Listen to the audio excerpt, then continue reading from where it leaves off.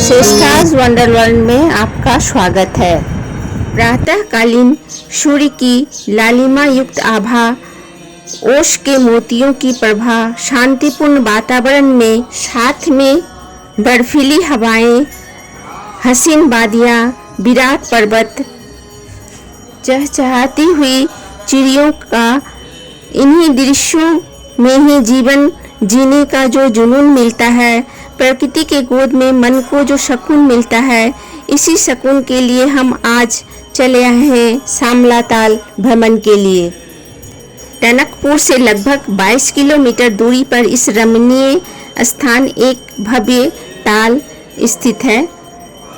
स्थानीय मिट्टी के रंग और पहाड़ की छाया पड़ने के कारण इसका पानी श्यामल अर्थात काले रंग का प्रतीत होता है। इसी वजह से श्यामलाताल के नाम से जाना जाता है यह जगह।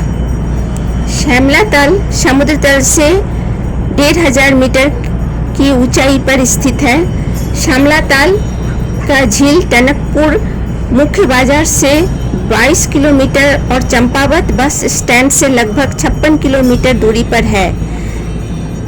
यह जगह अपने आप शांत परिवेश और शांत वातावरण के लिए जाना जाता है। श्यामलाताल हरे भरे पहाड़ों से आच्छादित शांतिपूर्ण वातावरण वाला एक खूबसूरत सा स्थान है। पर्यटक यहाँ आकर झील की सुंदरता स्वर्ग की तुलना कर देते हैं। झील का काला रंग और पानी देखकर पर्यटक आकर्षित होते हैं। भारत के उत्तराखंड राज्य में स्थित यह एक अद्वितीय प्राकृतिक सौंदर्य से भरा हुआ यह श्यामलाताल प्राकृतिक दृश्यों के लिए बहुत ही शानदार वातावरण के लिए मशहूर है। झील के चारों ओर कई पैदल मार्ग हैं, जिसके रास्ते आप हरी भरी हरियाली और आसपास की पहाड़ियों का शानदार दृश्य देख सकते हैं। श्यामलाताल झील विभिन्न प्रकार की पंछी प्रजातियों का घर है, जो इसमें पंछी प्रेमियों के लिए स्वर्ग बनाती है। पर्यटक झील के किनारे नाव लेकर टहलते हुए विभिन्न प्रवासी निवासी पंछियों को देख सकते हैं। इस ताल के अंदर सूर्यास्त देखने लायक होता है। पहाड़ और जंगलों से घिरा हुआ यह ताल श्यामलाताल जिसे कहते हैं, यह बहुत ही खूबसूरत है। आप यहाँ आकर बोटिंग भी कर सकते हैं। यह जो रास्ता आपको दिखाई दे रहा है, यह आश्रम के पास से ही इस ताल में जाने का रास्ता है। इसी रास्ते होकर हम लोग श्यामलाताल आए हुए हैं। श्यामलाताल आकर इस झील में आप नौका विहार अवश्य करें। झील के शांत पानी का पता लगने के साथ साथ यहाँ के आसपास की प्राकृतिक सुंदरता का आनंद लेने बिल्कुल ना भूलें।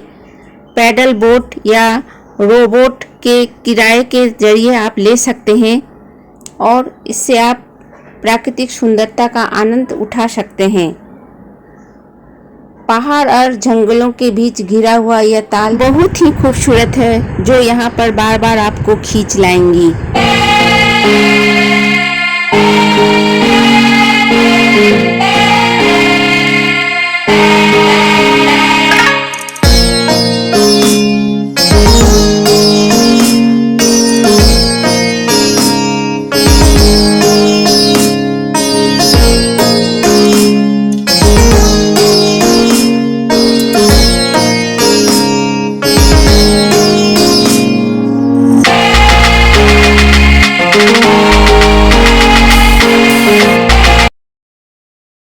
झील के ठीक किनारे में ही यह स्वामी विवेकानंद आश्रम की स्थापना 1913 में की गई थी।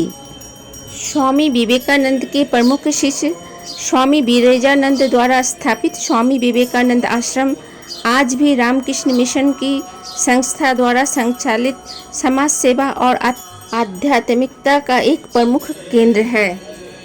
इस आश्रम का चिकित्सालय रिमोट मॉनिटरिंग के माध्यम से देश भर के विशेषज्ञों और डॉक्टरों के परामर्श लेकर इलाज करने की सुविधा उपलब्ध है।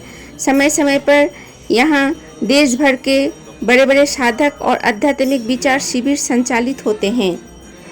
निकटवर्ती गांव से आने वाले लगभग 80 बच्चों को यहाँ स्कूली शिक्षा दी जाती है और व्यक्तित्व का विकास किया जाता है। हम लोग श्यामलता लाकर इसी गेस्ट हाउस में रुके हुए थे। यह गेस्ट हाउस इसी आश्रम का है।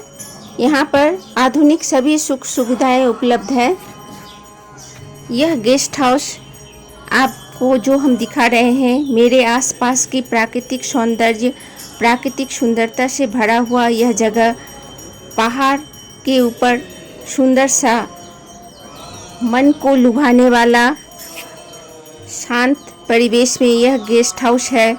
आप यहाँ आकर ज़रूर मंत्रमुग्ध हो जाएंगे।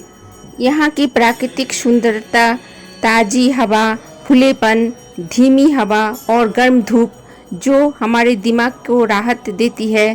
प्रकृति के उन सभी चीज़ों से बनी हुई यह गेस्ट हाउस चारों ओर देखते हुए हैं। पेड़, फूल, पौधे, आकाश, पहाड़, जंगल, प्रकृति के हमें कई रंग मिलते हैं जो धरती को खूबसूरत बनाते हैं।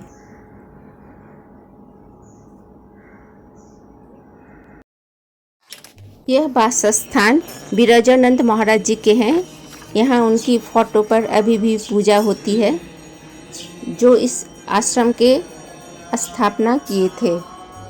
यहाँ बेहद घने जंगल हैं चारों ओर।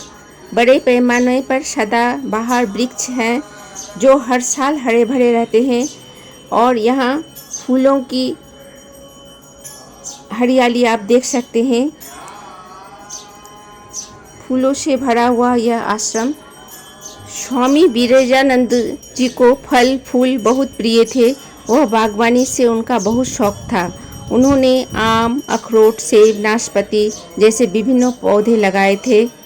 इस आश्रम को बनाने में मदर सेवियर का बहुत बड़ा योगदान है।